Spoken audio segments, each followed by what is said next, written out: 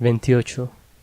Aquella tarde, antes de que se levantasen las señoras a preparar el café, como lo hacían siempre que había extraños en casa, traje a conversación las pescas de los niños y referí la causa por la cual les había ofrecido presenciar aquel día la colocación de los anzuelos en la quebrada. Se aceptó mi propuesta de elegir tal sitio para paseo. Solamente María me miró como diciéndome, ¿con que no hay remedio? Atravesábamos ya el huerto. Fue necesario esperar a María y también a mi hermana, quien había ido a averiguar la causa de su demora. Daba yo el brazo a mi madre. Emma rehusó cortésmente apoyarse en el de Carlos, so pretexto de llevar de la mano a uno de los niños. María lo aceptó casi temblando, y al poner la mano en él, se detuvo a esperarme. Apenas fue posible significarle que era necesario no vacilar. Habíamos llegado al punto de la ribera donde en la hoya de la vega, alfombrada de fina grama, sobresalen de trecho en trecho piedras negras manchadas de musgos blancos. La voz de Carlos tomaba un tono confidencial. Hasta entonces había estado sin duda cobrando ánimo y empezaba a dar un rodeo para tomar buen viento. María intentó detenerse otra vez. En sus miradas a mi madre y a mí había casi una súplica, y no me quedó otro recurso que procurar no encontrarlas.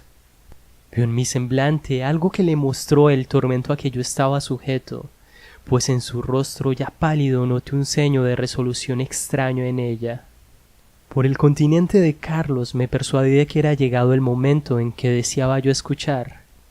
Ella empezaba a responderle, y como su voz, aunque trémula, era más clara de lo que él parecía desear, llegaron a mis oídos estas frases interrumpidas. Habría sido mejor que usted hablase solamente con ellos. Sé estimar el honor que usted... Esta negativa. Carlos estaba desconcertado. María se había soltado de su brazo, y acabando de hablar jugaba con los cabellos de Juan, quien haciéndola de la falda le mostraba un racimo de adorotes colgante del árbol inmediato. Dudo que la escena que acabo de describir con la exactitud que me es posible fuera estimada en lo que valía por don Jerónimo, el cual con las manos dentro de la faltriguera de su chupa azul se acercaba en aquel momento con mi padre. Para éste todo pasó como si lo hubiese oído. María se agregó mañosamente a nuestro grupo con pretexto de ayudarle a Juan a coger unas moras que él no alcanzaba.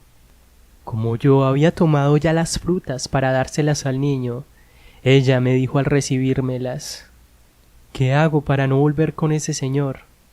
Es inevitable, le respondí, y me acerqué a Carlos convidándolo a bajar un poco más por la vega para que viésemos un bello remanso, y le instaba con la mayor naturalidad que me era posible fingir que viniésemos a bañarnos en él la mañana siguiente. Era pintoresco el sitio, pero, decididamente, Carlos veía en este, menos que en cualesquiera otro, la hermosura de los árboles y los bejucos florecidos que se bañaban en las espumas, como guirnaldas desatadas por el viento. El sol al acabar de ocultarse teñía las colinas, los bosques y las corrientes con resplandores color de topacio, con la luz apacible y misteriosa que llaman los campesinos el sol de los venados. Sin duda, porque a tales horas salen esos habitantes de las espesuras a buscar pastos en los pajonales de las altas cuchillas o al pie de los magueyes que crecen entre las grietas de los peñascos. Al unirnos Carlos y yo al grupo que formaban los demás, ya iban a tomar el camino de la casa, y mi padre, con una oportunidad perfectamente explicable, dijo a don Jerónimo: Nosotros no debemos pasar desde ahora por valetudinarios, regresemos acompañados. Dicho esto, tomó la mano de María para ponerla en su brazo, dejando al señor de M llevar a mi madre y a Emma. Han estado más galantes que nosotros, dije a Carlos señalándole a mi padre y al suyo. Y lo seguimos, llevando yo en los brazos a Juan, quien abriendo los suyos se me había presentado diciéndome: que me alces, porque hay espinas y estoy cansado. Refiriéndome después María que mi padre le había preguntado cuando empezaban a vencer las cuestecillas de la vega que le había dicho Carlos. Y como insistiese afablemente en que le contara, porque ella guardaba silencio, se resolvió al fin, animada así, a decirle lo que le había respondido a Carlos. Es decir, le preguntó mi padre casi riendo, oída la trabajosa relación que ella acababa de hacerle. Es decir, que no quieres casarte nunca. Respondióle meneando la cabeza en señal de negativa, sin atreverse a verlo. Hija, ¿sí tendrás ya visto algún novio? Continuó mi padre. ¿No dices que no? Sí digo, contestóle María muy asustada. Será mejor que ese buen mozo que has desdeñado. Y al decirle esto, mi padre le pasó la mano derecha por la frente para conseguir que lo mirase. ¿Crees que eres muy linda? Yo, no señor. Sí, y te lo habrá dicho alguno muchas veces. Cuéntame cómo es ese afortunado. María temblaba sin atreverse a responder una palabra más, cuando mi padre continuó diciéndole: Él te acaba de merecer. Tú querrás que sea un hombre de provecho. Vamos, confiésamelo. ¿No te ha dicho que me lo ha contado todo? Pero si no hay que contar, ¿con qué tienes secretos para tu papá? Le dijo mirándola cariñosamente y en tono de queja, lo cual animó a María a responderle: Pues no dice usted que se lo ha contado todo. Mi padre guardó silencio por un rato. Parecía que lo apesaraba algún recuerdo.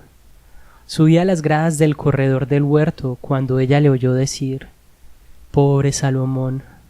Y pasaba al mismo tiempo una de sus manos por la cabellera de la hija de su amigo.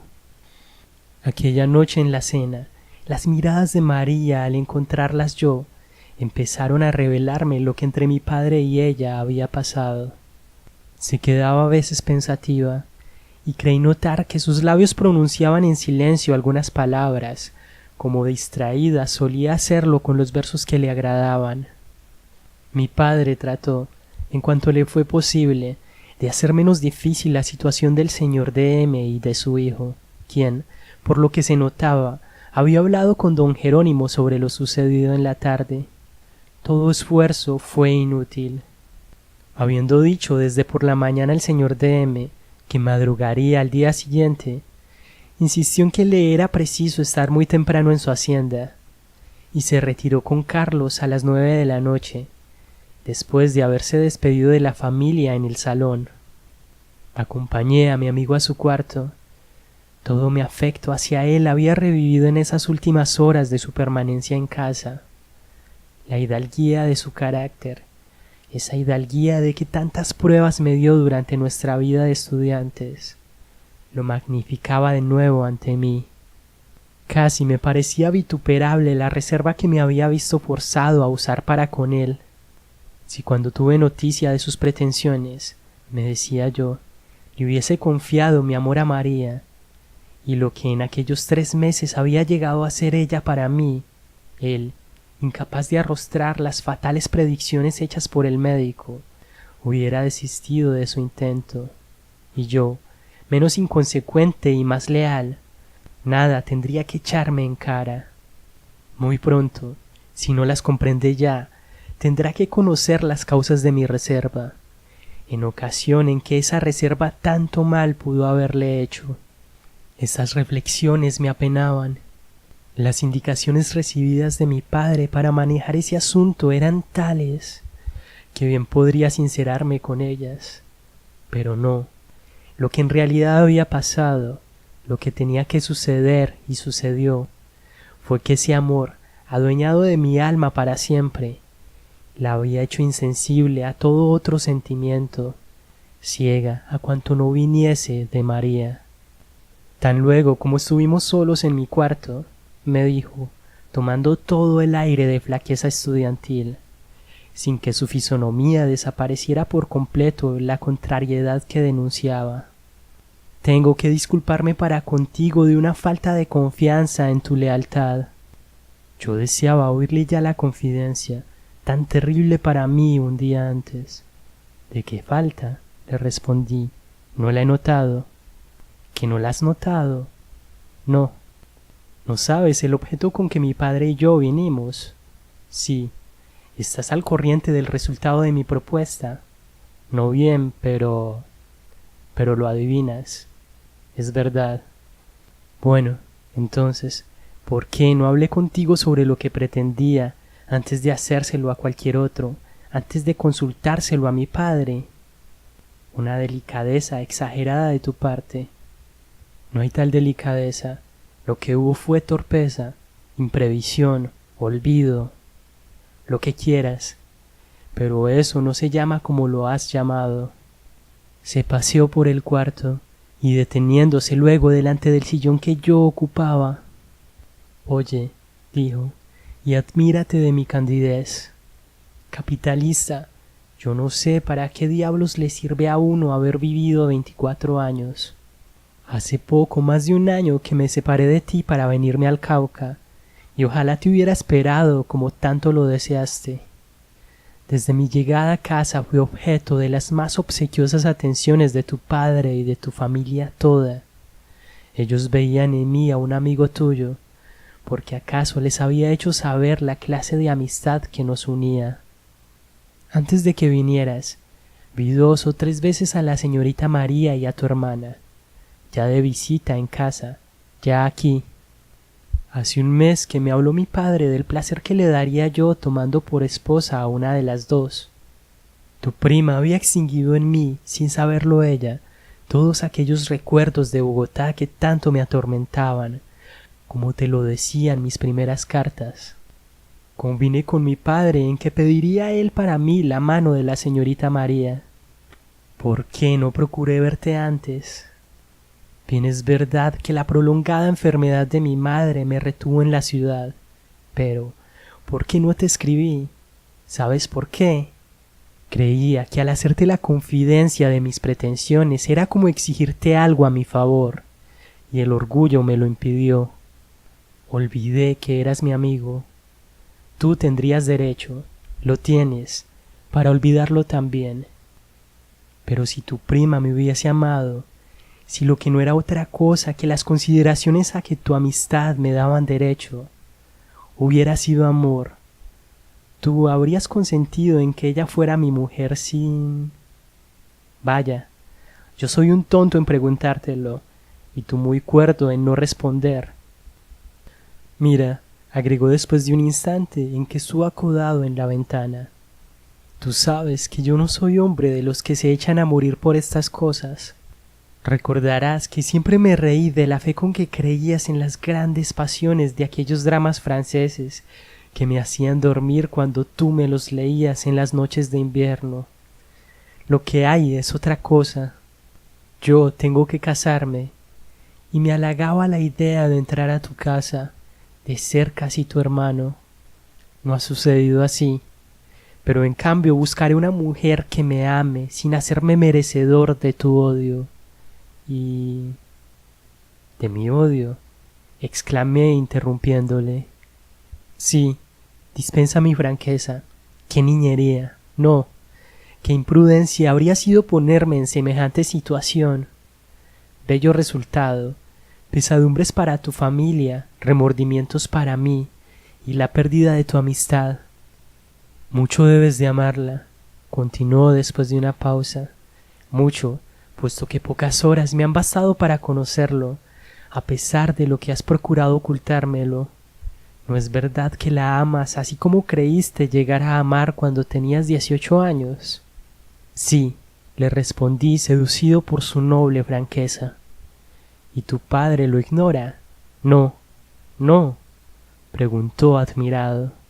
Entonces le referí la conferencia que había tenido días antes con mi padre. ¿Con que todo lo arrostras?